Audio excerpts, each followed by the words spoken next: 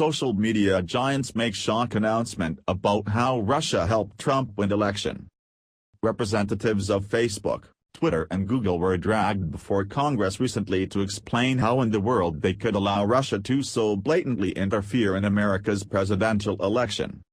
After all, most Americans are getting their information these days from one of those three platforms, if not all three. And, the companies all agreed, Russia took advantage of that fact to influence American voters against Hillary Clinton.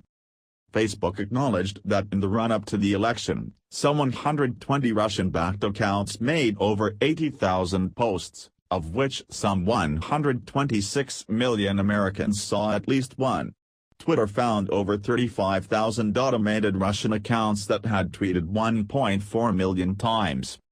Those numbers sound huge. And that, along with lawmakers' condemnations, was about all the mainstream media reported.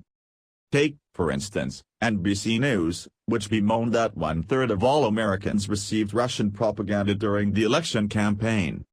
What's conveniently left out, or buried under paragraphs of alarmist reporting, is that both Facebook and Twitter clarified that these Russian propaganda posts made up an infinitesimal amount of the overall content seen by users of their platforms.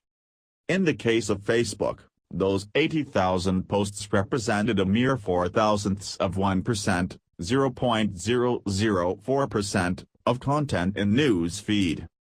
On Twitter, Russian-linked, automated accounts constituted less than 0.75%, 0.74%, of the overall election-related tweets on Twitter at the time.